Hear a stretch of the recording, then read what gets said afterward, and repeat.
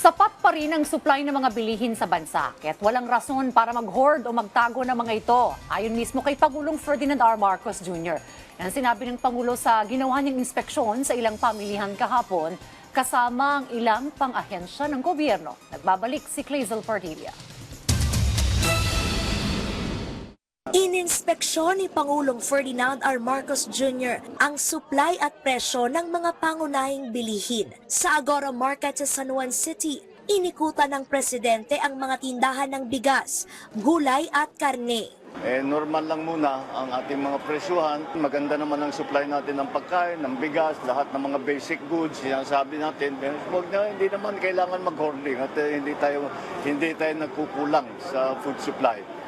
Ito ang pagpunta namin dito para tiyakin na ang presyo na ating ibinigay sa ating mga market vendor ay talagang sinusundan. Ilang araw matapos ipatupad ang magkasunod na malakihang dagdag presyo sa petrolyo. Ayon sa Department of Trade and Industry, nangako na ang mga manufacturer na ipapako muna ang presyo ng mga pangunahing bilihin tulad ng kape, noodles at delata. At least for the next 30 days, wala po tayong price increase for basic necessities and prime commodities. So, there's no need for people to panic. Pero kung lalagpas pa ng isang buwan, We can't guarantee because of the worldwide crisis that's happening now. That's beyond our control. huwag naman sana apela ni Nancy na apektado na ang budget sa bigas. Yung 54 po na binibili ko ay naging 62 na po.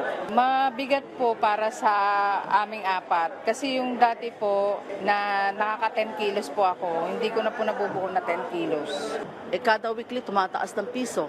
Dahil po siguro sa pagtaas ng presyo ng gasolina, kaya naapektuhan po yung mga paninda namin.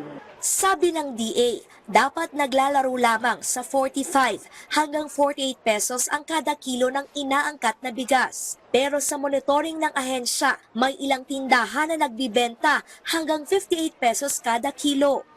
Hindi reasonable yung pagtaas ng imported rice dahil ang cost niyan mababa pa pagdating. Inirekomenda na ng Agriculture Department kay Pangulong Marcos ang pagpapataw ng price cap sa imported rice. Sa ilalim ng Price Act, maaaring makulong at magmulta ang lalabag sa price cap. Definitely may namamantala. The price of imported rice should not go beyond 50. Binabantayan din ng DA ang presyo ng gulay.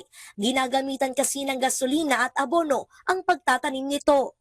We expect na tataas ng 2 piso per kilo at least lahat ng bagay dahil sa logistics cost ng fuel pa rin, no? Para maparating nga yung ating mga produce to the market. Kung masyado mataas at mahirapan ng consumer, we might need to do something with the prices para baka temporarily wala munang kita lahat at cost lang muna lahat para makatulong sa overall situation ng taong bayan. Clazel Padilla para sa Pambansang TV sa Bagong Pilipinas.